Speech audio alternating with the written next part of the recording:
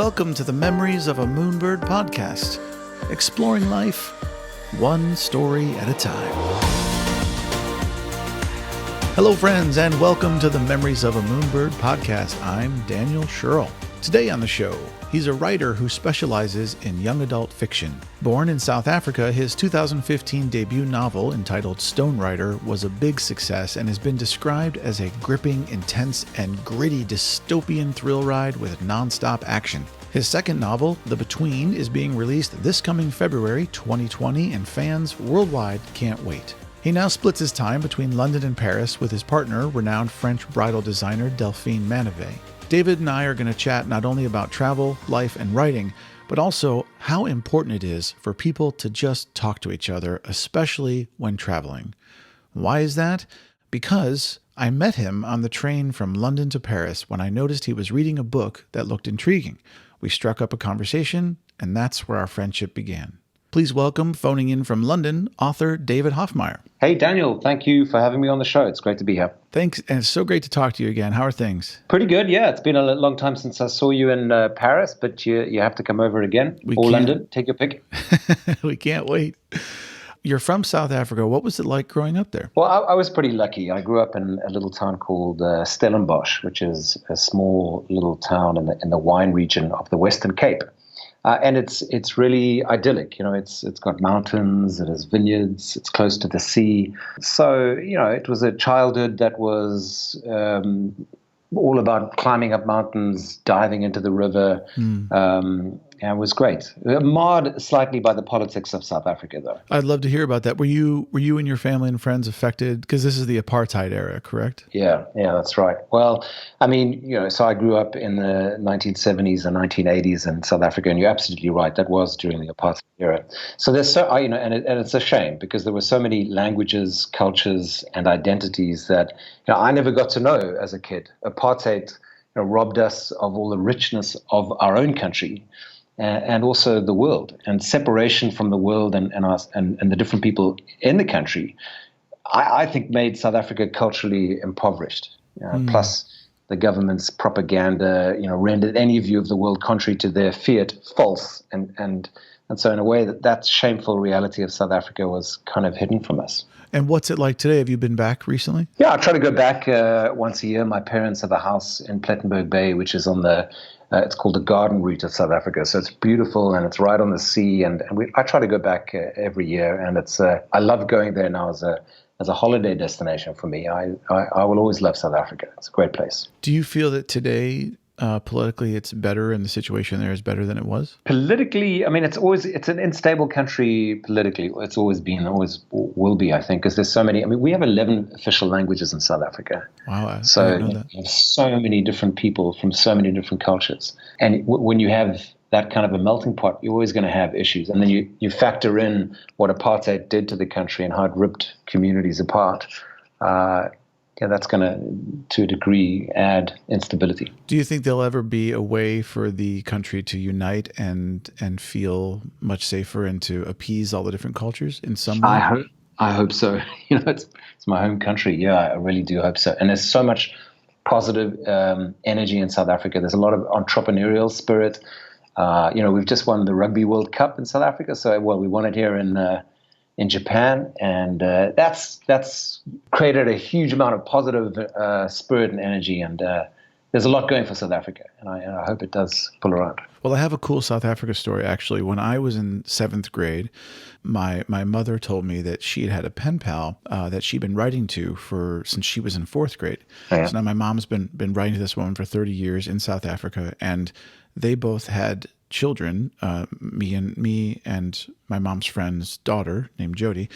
We were both born about a month apart. And so in 7th grade, I got a letter from Jody saying, hey, our moms are pen pals.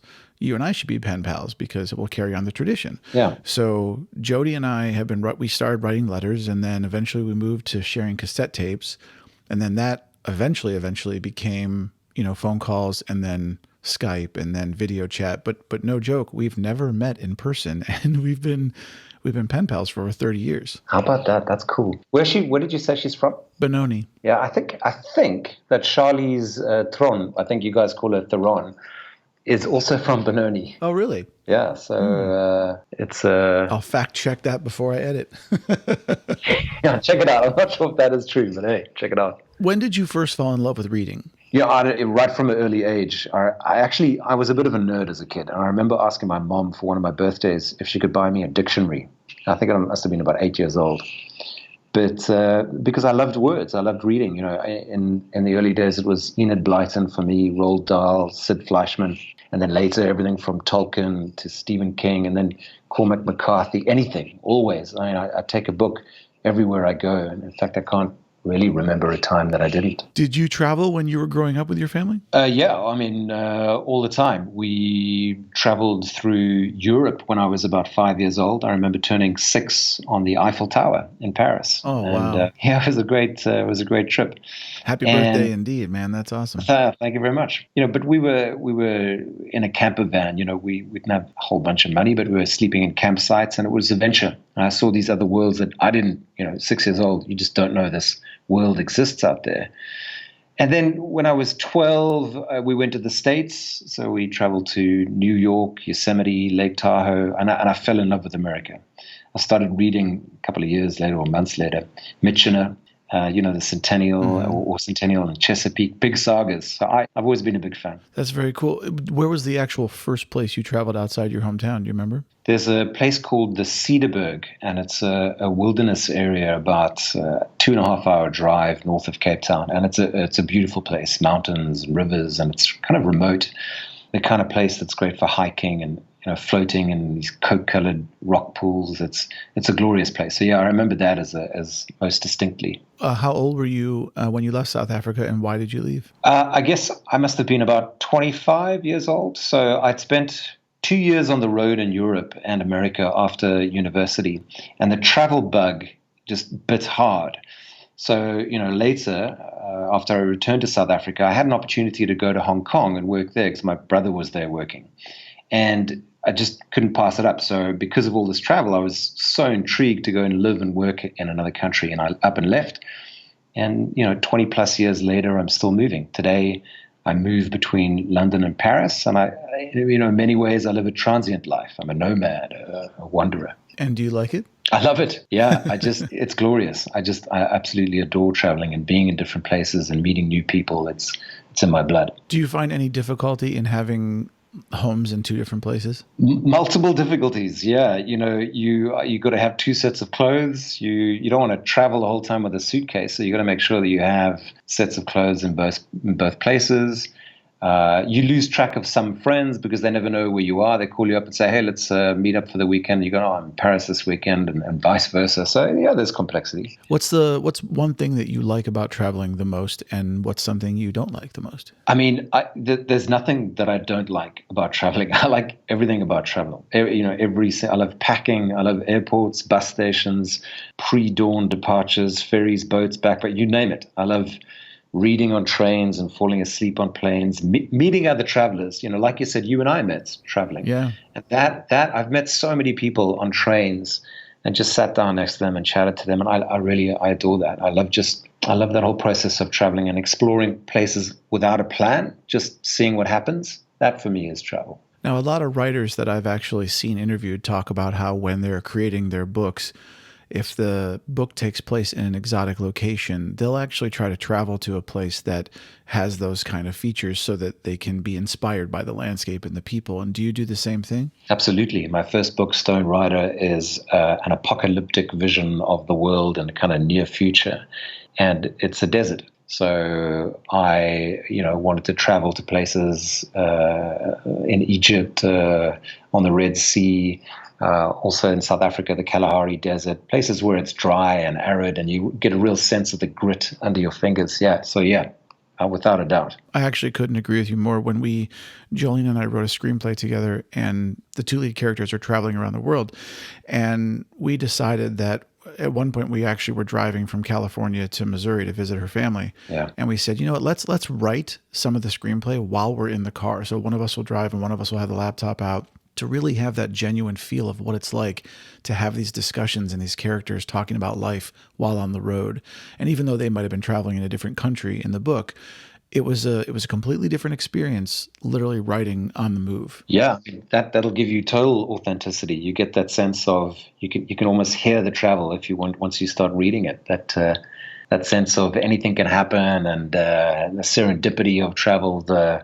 There's a lot that goes on in those moments that will affect the way that you write, I think. What is one of your favorite childhood books that you could read over and over again? Childhood books for me was the Roald Dahl books were just, fantastic. So Charlie and the Chocolate Factory, I think I read about a dozen times. I love that book. So yeah, but all of the Dahl books were magnificent. When I was a kid and we were in school, we started learning about European history, and I've always been a bit of an Anglophile, and I'm so fascinated by the history of all the different cultures blending into this space that's actually smaller than the United States, and to read about things that happened thousands of years ago. And it's not, I don't mean it as an insult to America. I really don't. I love this country, but the richness and the depth of, a seaport that's been used for 3,000 years versus a place that's been around for a couple hundred years, it's just such a different experience. And it's amazing.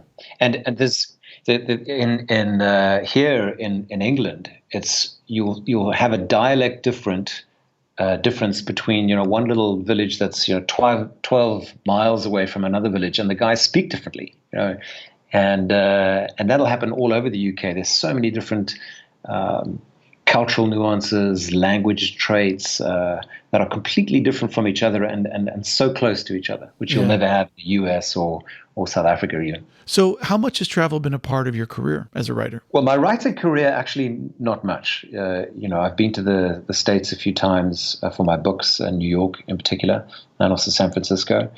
And I've been to France a couple of times. But I have a dual career. I work as a planner in advertising as well. And in that life, I've been all over the world, from Mexico City to surfing with clients in Hawaii to Arizona, the apocalyptic smog of Beijing, all over the place. Do you have a favorite place you've traveled in the world, both either for career or personally? Well, for literary pilgrimages, I've been to a few writing camps in the hills of Devon and near Bath in England. But from a writing perspective, I would love to go further afield. Something like a felucca trip down the Nile or something like that. We'll see. Can I join you on that trip? I'll videotape and shoot photos, then you can. Done.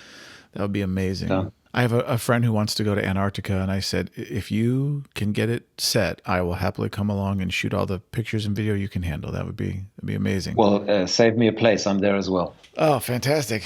Actually, we should make a whole group out of it. It'd be fun. Take a group expedition and do a crazy trip.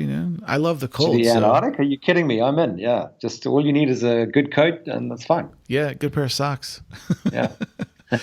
So where's the most fun or interesting place that you've traveled in your life? There are so many, but if I was to recommend to somebody, if this is the place, would be probably the Okavango swamps in Botswana. For me, it's the Garden of Eden. It's an inland river delta which carries floodwater down from Angola and feeds this most startling array of wildlife you've ever seen in your life. Elephants and rhinos and lion, a hyena, everything. You paddle through these waterways in wooden canoes, and they're called merkoros. And you can see elephants come wading down through the reeds in the water, and then hippos rise up through the hyacinth, and hyenas yip through the night. For me, it's heaven. It's glorious. It's otherworldly. So yeah, that would be it, I think. That sounds phenomenal. Yeah. It's crazy. Yeah, my friend in South Africa actually has a standing invitation. She's like, just all you have to do is get a plane ticket. You have a place to stay for free when you come down here. And so we're very seriously considering doing that for our trip in 2020. Yeah, you must. You can't miss it. There are so many places, and I could go on and on about different places around Southern Africa that you have to see. It's something else. Well, if we do head down there, I'm definitely going to be giving you a call for suggestions. Done. What was the first book you read that made you cry? I think there's a book called, you guys might not know this, but there's a book called Jock of the Bushveld by Sir James Percy Fitzpatrick.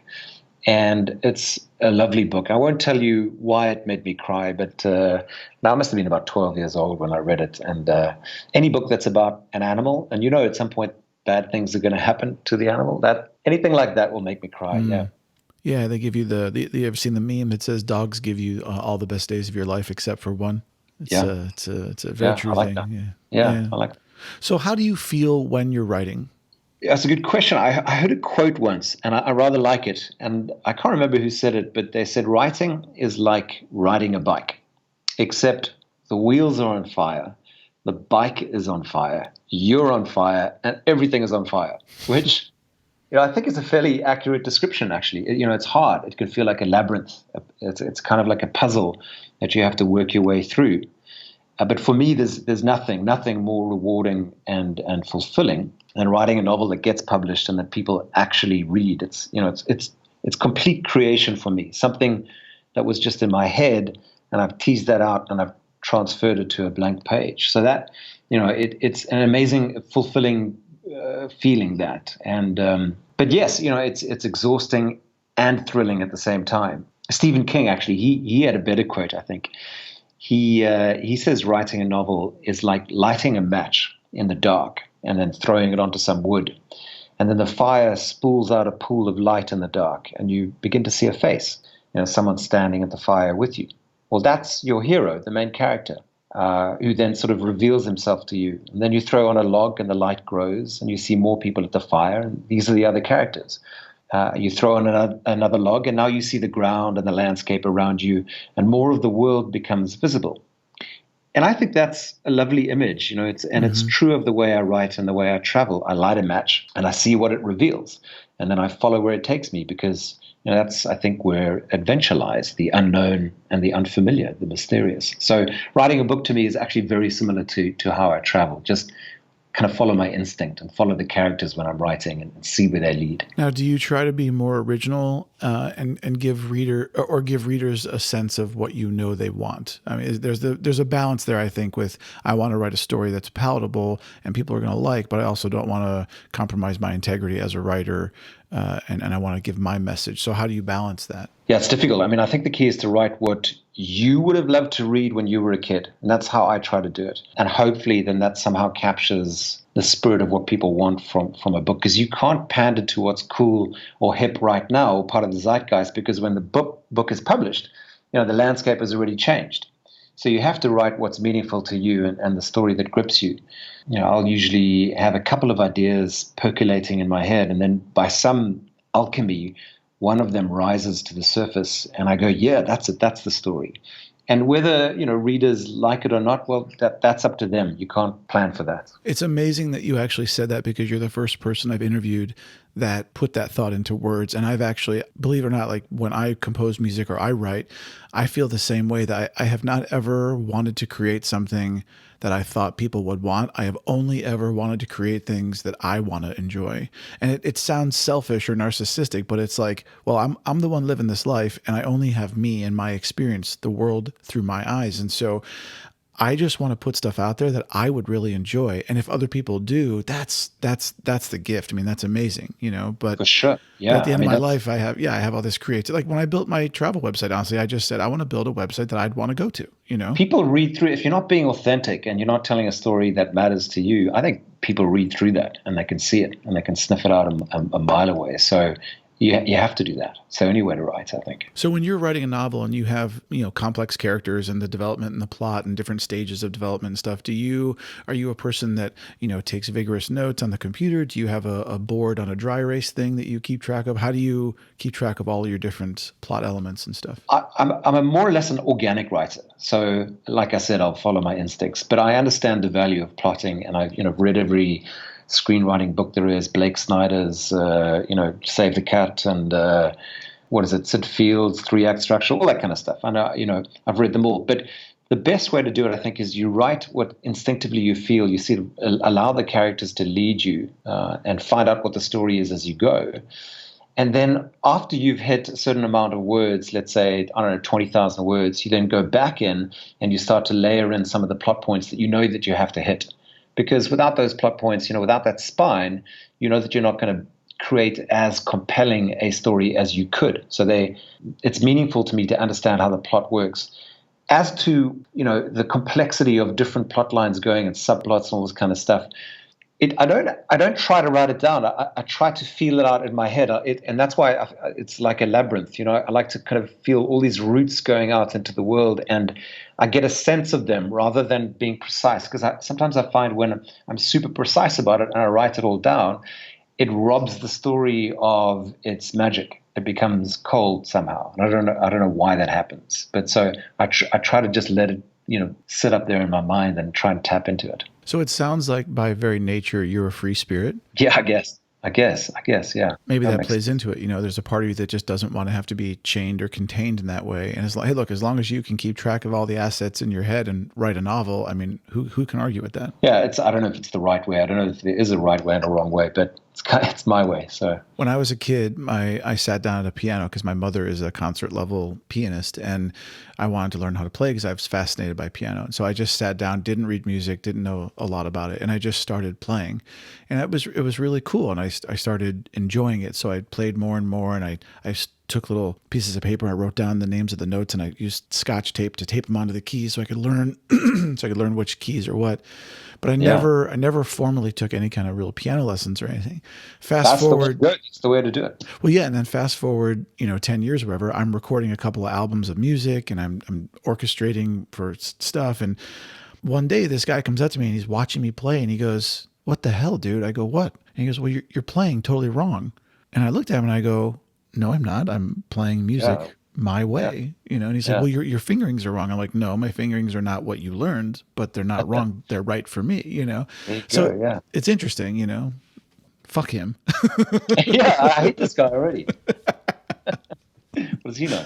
No, I think that's the right way to do it. I mean, you got to feel out things that work for you, and whether it's writing or taking photographs or playing a musical instrument, it's creativity, right? So you got to tap into what's inside you, like deep down in the subconscious. So that's your journey. You no one else can take it. So if you could tell your younger writing self anything, what would it be? Don't procrastinate.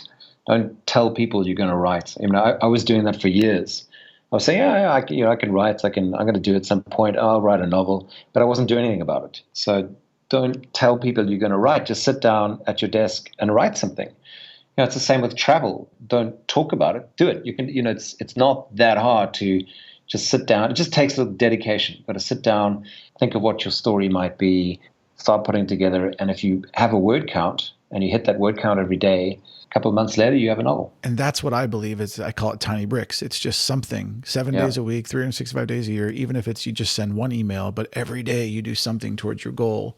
That's when things happen, Yeah, I mean, it can sound a bit trite. I'm aware of that when you say to someone, "Oh, you just do a little bit every day." I mean, I understand that sounds a bit cliche, but it is true. And it's the only way you're going to achieve it, because it's daunting. You try and start a business or write a novel of 80,000 words. That's a daunting task. And it's not going to take you a couple of days. It's going to take you a year.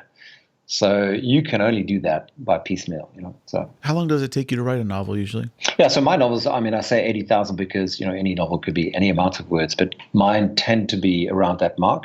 And I figure, I can write about 500 good words a day on average. And that's, I have a full-time job as well. So otherwise it would be a little bit more than that, obviously. But I mean good words, so that, those 500 words are going to be going into the final novel, or at least the first draft. So that way, if I do 500 words a day, 80,000 words, you'll have a first draft in around 160 days, around 5 to 6 months. And then after the first draft, you kind of go, that's what the book is about. And then you have to fucking start all over again. Draft 2 comes along and it goes from there. But that first draft is usually takes about 6 months. Did publishing your first book change your process of how you write? I thought it would get easier. I thought, okay, so I've written a first book. My book number 2 is going to be a breeze. I just follow the same principle. And I couldn't have been more wrong. It was 10 times as hard. Why is that? I don't know, because the first book, there was no expectation.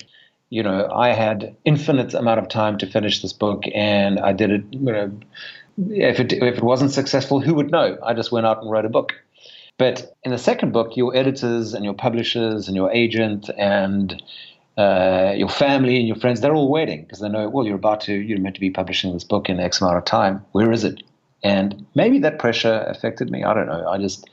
I didn't find the process easy. I find I had to dig deep and remind myself what it is that I know about writing, and then get back and attack it from a different angle. People who aren't artists don't often realize that when you see a finished product, so let's say you see a painting hanging somewhere, or someone puts out, in my case, someone puts out a photograph on Instagram. Yeah. And they go, oh my God, I love your photography. It's so amazing. They don't realize that for every one photograph on Instagram I'm sharing with you, I probably have 100 that you're not seeing that led to that one shot. And not that I'm a shitty photographer, but I'm trying different angles. I'm trying different lenses. I'm using different lighting techniques. I'm experimenting with the creative art to get the image that I see in my head that I want to bring forth, or get caught by surprise and go, oh my God, look at that. Doesn't Malcolm Gladwell call it the 20,000 hours? To be successful in anything, you put in your 20,000 hours. Yeah. So with your case, with writing, do you have a bunch of unpublished and half-finished stories or books sitting around? Dude, you're kidding me. I've got loads. I've got maybe 5 or 6. There's more than I care to think about. It's the whole process is trial and error. And this is the business. You have to be accustomed to rejection as well. Even J.K. Rowling got rejection letters. Hemingway got rejection letters. So this is a difficult thing to do, to be consistently published. And there are no shortcuts or sure things. So many stories as well just kind of run out of steam. They go nowhere. And however, and because I'm an organic writer, I follow them, and then it just doesn't go anywhere. And I realize that it's not going to work, and I have to start again. That's how it goes. Well, I have to tell you, people tease me sometimes because I actually read a substantial amount of young adult fiction. And the reason why is that I've tried to read adult fiction, and I'm a big lover of fantasy and the Dungeons and Dragons. I've been playing D&D since 1978, 77. Yeah. And that's what I write. I write, fantasy-based role-playing kind of fiction. And the thing I find most fascinating about young adult stuff is that it is actually more creative and imaginative than a lot of the adult stories I read. They seem formulaic, and sometimes the writers are trying too hard. And with young adult, I actually find that, and maybe the other part of this, and I have to be honest about it, is that it is possible I'm just an extremely immature human being, and I never really grew up past the 12-year-old boy who loves reading, which is fine. I'm fine being that kid, I think the YA book industry is amazing, and they're on the cutting edge of so many things. When it comes to exploring transgender issues or race issues, you will always find those first in YA. I think they're doing an amazing job, YA authors. So what does literary success look like to you? If you could snap your fingers and go, this it's easy. For me, it's, number one, writing a worldwide bestseller. That'd be great. That'd be something. But for me, getting a book made into a film or a Netflix series, I could die fulfilled after that. My first book was Stone Rider was optioned by Working Title Films, and they bought the option. I think it lasted for 18 months or whatever. And then they bought a second option and they wrote a screenplay. But after that, they then didn't go through with it. But I was fascinated by that whole process. I'm fascinated by how the screenwriter saw the book and how he interpreted it. I wanted to see how that would be, how it would be translated into film, because that's a whole different way of storytelling. And, I just would love to see the evolution or the transformation from one format to the other. Yeah. Is that hard for you to have someone else writing a screenplay of your novel because you're so close to it? No. Writing for me is a bit of a solitary affair. It's me and my thoughts and my story. So once the book is written, I kind of go back into a collaboration mode, where I want to see how other people interpret it. So I was fascinated to see what he could do with it. And he did a great job. It was brilliant. And it sort of allowed me to see the story. It gave the story its own life and allowed me to see it from a different perspective, which I really enjoyed. So the screenplay author obviously allowed you to read the screenplay then? Yes, he did. Yeah. That's good. And is this something you'll ever share with the public, or is it not allowed to be? I don't know. Yeah, maybe it's embargoed or something like that. I don't know. Who knows? Working Title Film will probably come and send somebody after me if I did. What kind of research do you do, and how long do you spend researching stuff when you're writing, especially before you actually begin? Well, so I write science fiction mostly. So most of my books are legitimately just pure imagination. But I do research organically. So the Between, my second novel, is a multiple reality story. It's kind of like Alice in Wonderland meets The Matrix meets Inception, the Christopher Nolan movies. So I did some research into string theory and quantum mechanics and all this kind of stuff. No, obviously not on a very deep level, but I wanted to understand the theory to a very basic level so that the story would have some muscle. and feel realistic, even though, I mean, it's patently not. It's a multiple reality story. But I wanted to draw on some of the theories that were out there so that you wouldn't read it and think, well, that's nonsense, that it would have some reality in it. And does this process usually take a while, or is it a quick thing for you? It happens while you write. So I don't go and do the research for a month and then start writing. It's more a process of, the story unfolding, and then I realize as I write a scene or a particular part of the story that I need to fill it with a little bit more information that I don't currently possess. So I need to go and do some research on in Stone Rider. The characters use slingshots. And I didn't know anything about slingshots, and so I had to go research a lot about how you throw a slingshot and then how you describe someone putting a stone into a slingshot and shooting it out. And so one of the great feedbacks I got on my novel is somebody had read it and he said, it was a great novel. And he says, clearly you've been a slingshot expert for some time, and so am I. And maybe sometime we can talk about, our skills and all this kind of stuff. And, I'd never used a sling in my life. So that's a good compliment. I like that. That's great. You completely BS'd your way through slingshotting. Well, that's it. Do you have any kind of process of how you select names for your characters? Actually, that's one of my favorite parts of the whole writing process. I love discovering the meaning of names and how they play to the character archetype. So, for instance, in Stone Rider, my main character is Adam, and I wanted him to be an everyman archetype, so someone to represent humanity in a this is a brutal post-apocalyptic world, almost a biblical world. And so, he needed to have a name that heralded a new beginning and an everyman kind of a character. So Adam kind of suited him perfectly. I have another character called Cain, and he's an outlaw warrior archetype. So I wanted his name to sound like a blade cutting the air or a sword, And Cain actually means warrior.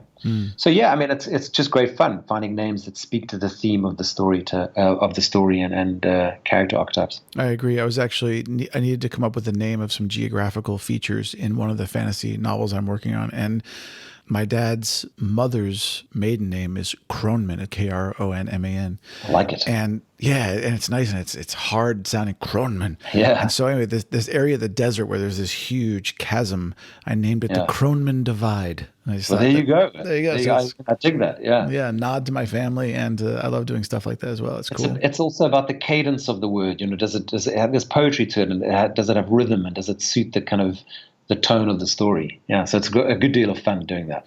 If you weren't going to write, what would you do with your life? Die, probably. I don't know. It's how I create. I mean, other people play music like yourself, or they paint, or they take photographs. I write. And the only other creative pursuit that I'd find fulfilling, I think, is film. So I imagine that must be tough, but rewarding. But yeah, writing is how I express myself. Was there a particular scene in any of your novels that you found really difficult to write? Yeah, so there's a mild sex scene in Stone Rider, and given it's a young adult novel, I wanted it to be real but not graphic. So it's a delicate balance and easy to get wrong, and I got it wrong plenty of times. And it's also you're kind of a little bit embarrassed about it. You imagine your dad reading it, or your mom, or your family, or whatever, and you want to make it authentic and you want to get it exciting, but yeah, I don't know. You have to find that line between too graphic and realistic. It was interesting. What's something you would give up to become an even better writer? Social media. It's a total distraction and mainly pointless. No, I'm not a big fan.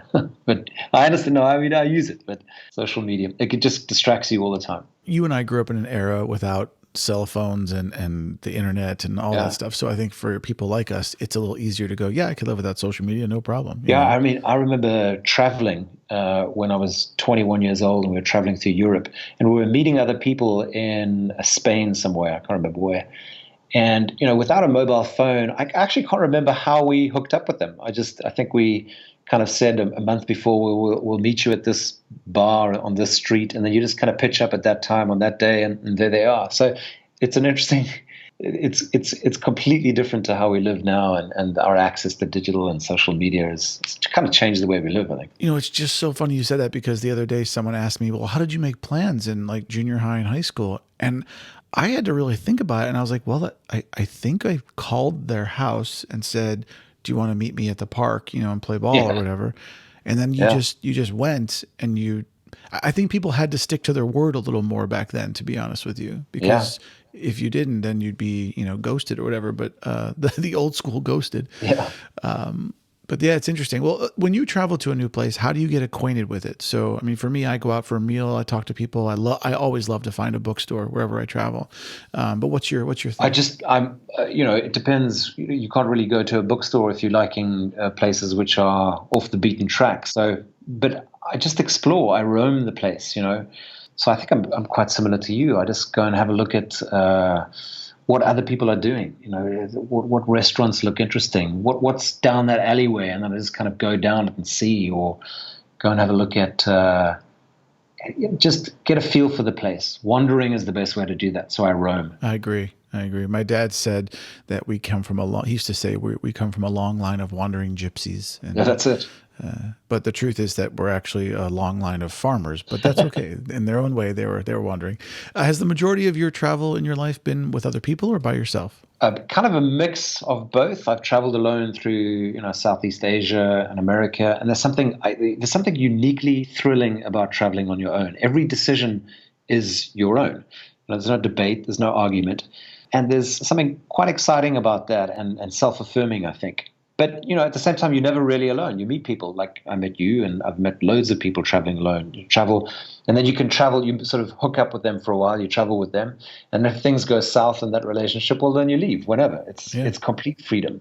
And it rips you totally out of your comfort zone. So I think I think everyone should travel alone at some point in their lives. But traveling with people that you love, friends, family, lovers, whatever, that's by far the best. I agree. And I've been lucky to travel all over the world with my brother Phil, and we never fought. It was always fun, always an adventure. And plus, we have all these shared memories. That nothing beats that. So I would advocate doing both. When I moved to California, and I've probably told the story 20 times already on the podcast, but I was living in Boston and made the decision to move to Los Angeles, and I drove to Cleveland, picked up my dad, and then he and I drove across the entire United States together. We took 6 days and we saw a bunch of sites. We stopped into different friends and family along the way. And after he died, it was even more a valuable experience for me to go, man, I saw this country with my father, That's it. And that's, there's nothing more meaningful than that, I think. Yeah. Is there somewhere that you haven't been that you really want to go besides Antarctica? So, I mean, I've been to about 60 countries in the world, so because I've always traveled, I love it. But, there's a couple that have always been on my list and I've just never got around to it. So India, for example, it's been on the list a long time, and I've never really, because I've always wanted to go for like a month or 2 months, and you never have the time. So I've never settled on the time to go.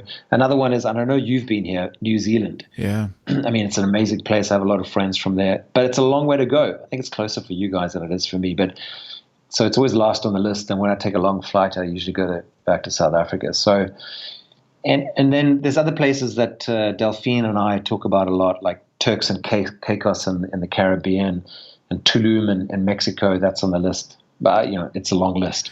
Jolene really wants to go to Nepal, Yeah, and places like that and see some off the beaten path things. So I think sure. that's going to be pretty high on our list. When you guys go, tell me. I'm there. Great. I mean, and truthfully, I love meeting up with friends and saying, "Hey, we're going to this place. Would you like to join us? We're giving you a couple months' notice," and then we all meet up and have a blast. And I've always when I was a kid, I dreamt of having a kind of more cosmopolitan traveling life where I had friends all over the world, and at different times we all met up in different places. And then I never realized that it was actually I was living that. It was starting to happen. It happened a lot slower than I thought. Like it took 30 years, but now, we have friends all over the map, which is great. Yeah, for sure. It's fantastic to be able to say, well, I'm going to the States tomorrow, or I'm going to New York. Who do I know in New York? Oh, I know these 3 guys. I'll go and meet up with them, or wherever. It's a brilliant way to live. So as a member of Britain, how do you feel about Brexit? It's an embarrassment. It's a total embarrassment. I can't believe it happened. Well, it hasn't happened yet, but I can't believe the vote went in favor of Brexit, the referendum anyway. And it's terrible. I think it's terrible for this country, and that's definitely the wrong thing to do. I voted against it. But be that as it may, I would have hoped that they'd got it over the line sooner. So the whole process has been a shambles.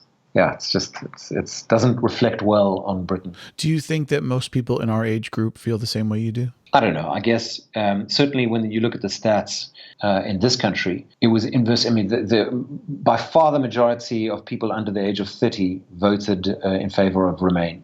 So, but they weren't the majority of the voters. So, it's pretty sad that most of the guys, or many of the people that voted, are 70 years old or 65 years old or whatever, and they're never going to see the results of their vote.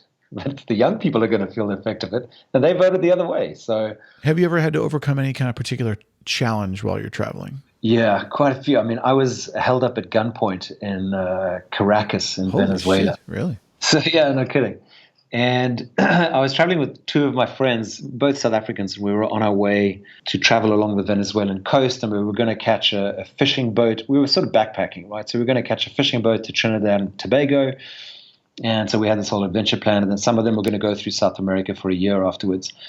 And it was a while ago, so we had traveler's checks, and we drew part of the traveler's checks. We drew money at the airport, and we caught a taxi into Caracas Center, and that's when it kind of went all pear-shaped. So turns out the taxi wasn't a legitimate taxi. There were two of them. We should have known at that point that there was something dodgy about it, but there were two guys in the front, the driver and the front seat passenger. And at first they were all smiles, and they were saying, they're telling us about Caracas, and they seemed pretty cool. But then 5 minutes into the journey, we noticed that the doors were locked and the windows were tinted, and there was no way to roll them down. So we felt this is not right. We're feeling a bit trapped. And so we started to speak about the situation in Afrikaans, which is our second language in South Africa. And at that point, I mean, he must have got wind of the fact that we were sort of discussing this. That's when the passenger pulled out his gun. And he just went loco and started pointing to us and demanding all our cash. And we didn't think it was real. And then he tells his mate to roll down the window and show them that this is real.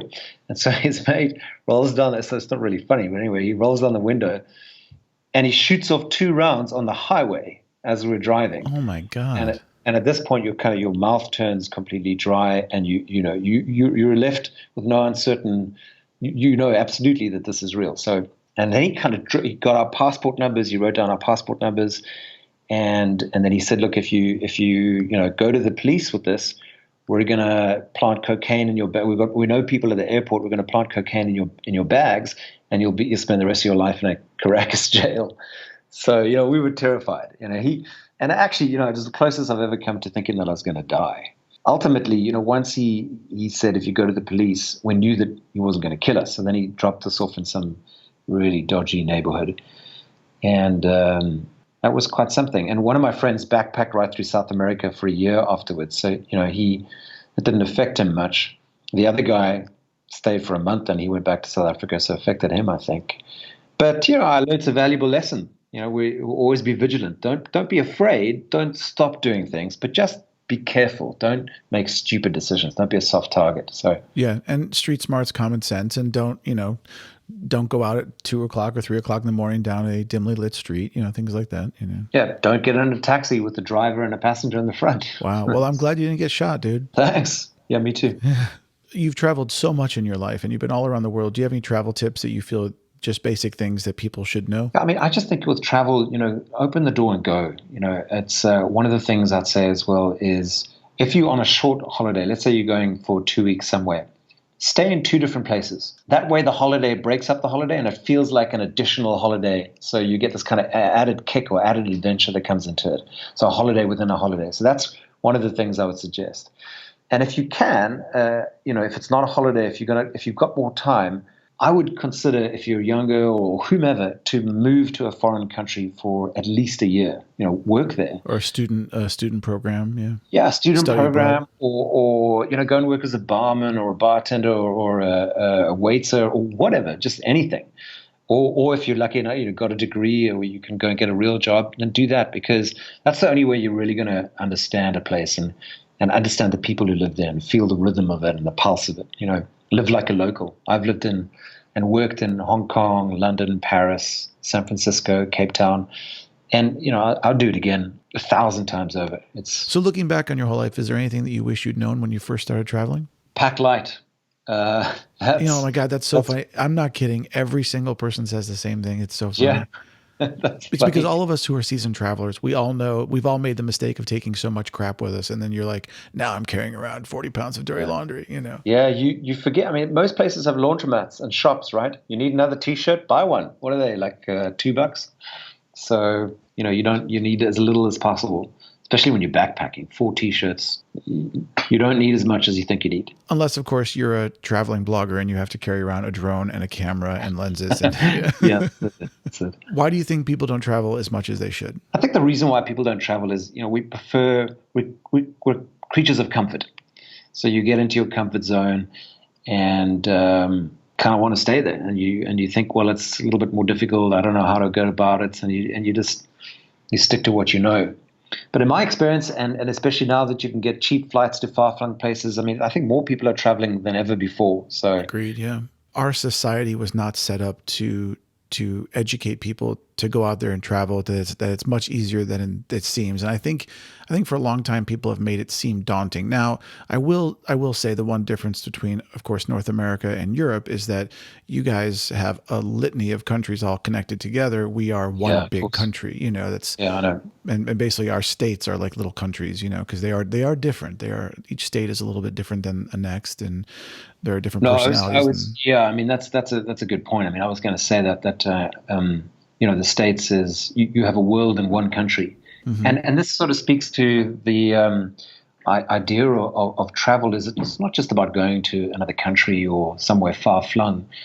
Travel is a state of mind, So going into a neighboring county or a state is travel. You can do it close to home. That is something that I try to teach quite a bit, that traveling doesn't mean 25 stamps in your passport. It could mean going to an arts festival an hour away.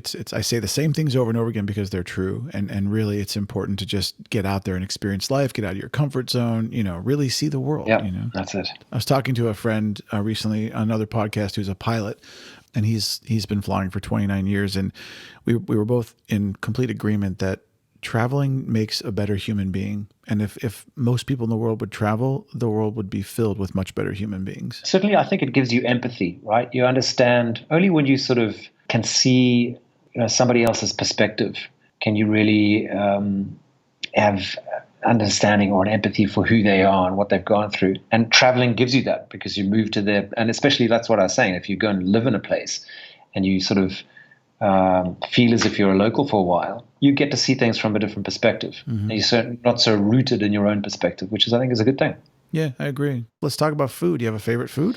Delphine and I, we love Japanese ramen because, it's delicious. And, there's a restaurant here in London called Bone Daddy's, and it's the bee's knees. You should check it out next time you're here. We'll take you there. All right, deal. Yeah. Where's your favorite place you've eaten in the entire world? There's a place in Lang Kwai Fong is kind of the expat community, kind of all the bars and restaurants and stuff in downtown Hong Kong. And when I lived there, my friends and family and I referred to this place. It's an alleyway, and we called it Rat Alley. And there was I don't know why. I don't know if we ever saw rats there, but it felt like they could be. And there was this curry restaurant that served stellar meals on plastic tables in this cobbled street where the water ran and kind of rivers down the side. And I think we imagined seeing rats there, but the food was bloody good. It was outstanding. So it's kind of street food, but I don't know why, but that's one of my favorite places for all memories of eating in another city. That's awesome. If you were going to be a food, what would you be and why? Probably a stick of dry ostrich biltong. Now, biltong, I don't know if you know what it is, but it's kind of like a beef jerky, South African style. And ostrich biltong is bizarrely tasty, and it reminds me of these car journeys we had in the back of my dad's Ford Granada up the coast from Cape Town to a place called Hermanus, where you get a lot of whales and whale watching, and then onwards to Plettenberg Bay. Mm. And that trip always would entail a stop at a farm stall on the side of the road, and my dad would buy my brother and I each a stick of biltong. So I don't know, it's a good memory. That's beautiful. We do a lot of chatting on the podcast lately about what we can do to be more environmentally conscious travelers, but I'm going to bypass that a little bit because I'm curious more if you think, as someone in my age group, I don't look at the world and see it as apocalyptic as everyone else does. I believe human beings have always persevered and found a way. And I'm not saying that there's not going to be problems and that we're not set up for some failures or bad experiences. But I'm not that dark about the future. I am very hopeful actually for the future, but I'm curious, you as a writer, and you've written an apocalyptic book, what do you think about the environment in the future and where we're headed? Actually, I'm a little bit like you, to be honest. I'm pretty positive, and I think humans always find a way. So I'm a positive person, and I believe we'll find our way through this. Look, I write apocalyptic stories because it's fun. I mean, and it's great to twist the world, and in a way, I suppose it's a little bit of a warning, but it's, I'm not trying to be that serious. I'm trying to write a great story. But no, I'm pretty positive, and I try to do what I can myself, but I don't know if it's enough. In many cases, it just feels like a drop in the ocean. But yeah, I'm like you. I'm positive we'll find a way to get through and make changes. Is there something as a writer? Do you have a larger purpose? Do you want to someday write something that changes the world? Do you want to just entertain and let that be the end of it? Or do you have any major goals as a writer? Yeah, no, I'm not trying to change the world or anything. So I'm not trying to write a novel that tries to get people to behave differently or anything like that. I can come across as a bit disingenuous, I think. So no, I'm interested in entertaining. I write novels because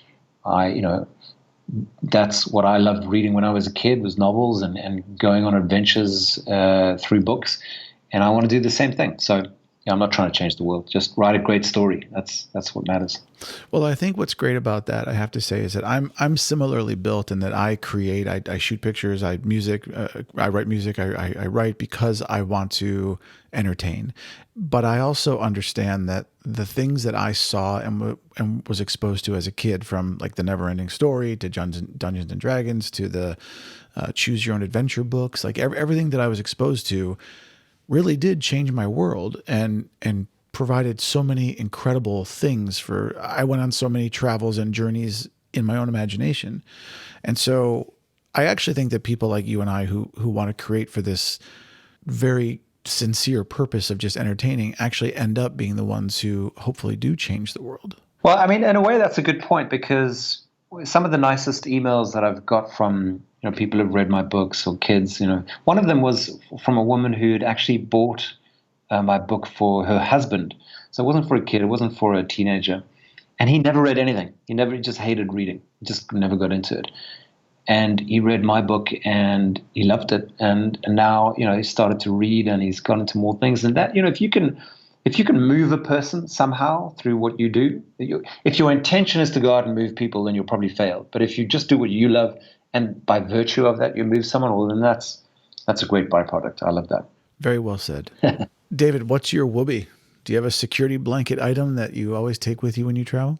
I mean, my passport is my whoopee, but otherwise it's books, man. Like I said, I don't go anywhere without a book. So most of my travels are colored by the book I was reading at the time. And they make the trip so much more rewarding. I'll walk into a meeting with a book. So when I travel, it's the same. Everywhere I go, I've got a book on me. Now, do you only do physical books, or do you have an e-reader? Yeah, I've got an e-reader, and I find myself, I read a lot faster on the e-reader. But there's nothing I can't, the physical object, the book, for me, there's nothing better. Just the smell of the pages when you flick through them. Yeah, it's awesome. The design of the cover, kind of flipping to the back and reading I don't know. There's something about the object that I find beautiful. So I agree, actually, and beautiful is the word I would choose. It is beautiful to have a book. And I read a quote once, a very simple quote. It just said, "Own books that you'll never read." And yeah. And on my bookshelves, I actually built these really beautiful custom bookshelves in the apartment, and I have several books, some of which I've carried with me for 20 years, and I've never read them. But and I just like that they're there, and I might one day read them, I might not. But I have tons of books I've read, of course. But it's nice to have things that are just like, nope, I just want those there to. Yeah, I think books bring warmth to a room as well. So whether you read them or not, it doesn't matter. I mean, they occupy the room and they breathe, and they create a different feeling in the room. Yeah, I mean, it's the written word. It's the power of a human being has spoken some, hopefully, either a piece of knowledge or entertainment, but they put in, oh my God. Don't cut that out. I want you to keep that in, right? Okay, fine. I'll embarrass myself just for you. They putting that in. But they put all this effort into What'd you say? No, I was repeating it. I liked it. Yeah. But yeah, they've put all the effort into putting the human word, the written word down into a book. And there's something about it that, I will tell you a kind of a sad but funny story. I was at a funeral for a family member years ago, and the priest, we all gathered around, and then the priest pulls out a digital device. I forgot what it was, some like an iPhone basically or something. And he starts saying, "Dearly beloved, we are gathered here today." And he's reading from the thing. And I thought to myself, what the fuck's the matter with you, dude? Like, you don't have a real Bible in your hand? Like, how could you be at a funeral with it? I don't think that, I'm not a religious person, but I don't think that the word of God should be able to be deleted when the battery dies, And so I actually emailed him afterwards and said, hey, I just wanted to tell you that I don't know how other people feel in your congregation, but you ought to survey them, because it felt offensive to me on some level that I'm there trying to mourn someone, and then you're like, you're swiping through the through I don't know, man. You went in hard with the offensive, right? But I guess that's how it made you feel. Yeah, at the time, and I said, look, and I even said that line to him, that I don't think the words of God should be able to be erased when the battery dies, and there's something in the human connection to the process, the circle of life of everything coming full, and I think that those words printed on a page. Not that they can't be burned, but you know what I mean? Like, it's a more solid form of there's something earthy and connecting to a book, and at least for me. But he wrote back and he's like, hey, I certainly apologize and meant no offense. And I'll definitely survey, because you're the first person that's ever said this to me, and I don't want to offend anybody. And so it was cool. No, I'm with you. I'm with you every day of the week. I'm an author, books, there's nothing better. So yeah, we agree. What's your spirit animal? That's not a question I get a lot, but I would say, it has to be a bird, And I suppose why a bird? Because what better freedom is there? They fly, they I think there's no greater, and they do, if you're talking about animals that travel, well, I think your Arctic tern in their lifetime, they travel more than a trip to the moon and back, or twice a trip to the moon and back. So migration, the spirit of travel is part of being a bird, and there's a bird in on the Zambezi River, the African fish eagle. Well, it's all over Africa, Southern Africa anyway. And they have the most epic cry, and they live in these most glorious places along the Zambezi and the Limpopo River in South Africa. So I think if I was going to be a bird, that'd have to be an African fish eagle. That's awesome. Well, by the amount of miles you have traveled, you are another guest of mine who is also a moonbird, because you have probably traveled enough to go to the moon and back. So congratulations. Well, thank you very much. You're a member of the club. Yeah, that's cool. Good club. The last thing I like to do with all my guests is a little game called 299 Philosophical and Life Questions with Moonbird. And I have collected, through friends, family, and the power of the internet, 299 really cool philosophical and life questions. Some are funny, some are poignant, some are serious, some are not. You pick two numbers, and I'm going to read you those two questions. And if you want to pass, you can, but hopefully you'll answer them. So what are your two numbers between 1 and 299? 7 and 9. Okay. 7. What are you not good at? Maths. I suck at maths. Numbers. I don't know. I can't see I can see pictures when it comes to books and writing, but numbers for me are opaque. All right. Number 9. What profession other than your own would you like to attempt? Yeah, being a film director. Love to do that. I was going to say, we kind of covered that. Yeah. Yeah, we kind of covered it. You see, I knew that was coming, so that's why I picked 9. Oh, you magically saw my list I knew what was going on. Across the ocean? Yeah. So, yeah, I think, directors, that's a great role. You got to mix in the music. You got to have an ability to have an affinity with actors. You got to know exactly what the story and what the script is doing, and what's the theme of the story, all that kind of stuff. So it's kind of storytelling at a macro level, which I think would be great. It is great. As a guy who has directed several things, I can tell you it's an awesome experience. Yeah.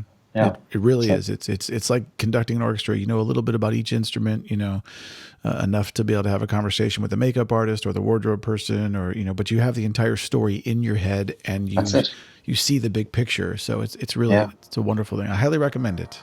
Done. I'm going to do it. Your next book, make it into a movie. That'd be great.